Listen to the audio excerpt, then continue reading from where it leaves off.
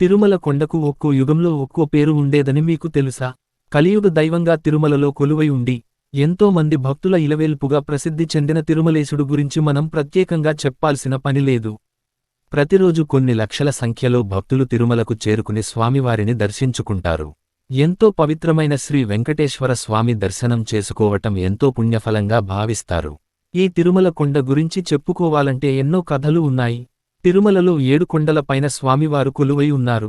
ఒక్కో కొండకు ఒక్కో ప్రాముఖ్యత ఉంది. అదేవిధంగా తిరుమల కొండకు ఒక్కో యుగంలో ఒక్కో పేరు ఉండేవి.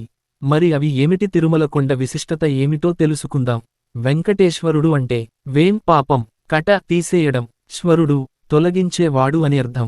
ఈ కలియుగంలో మానవులు మనసు దైవ పాదాల చెంత కాకుండా భౌతిక సుఖాల వైపు కలిగి ఉండటం చేత ఎన్నో పాపాలను చేస్తుంటారు.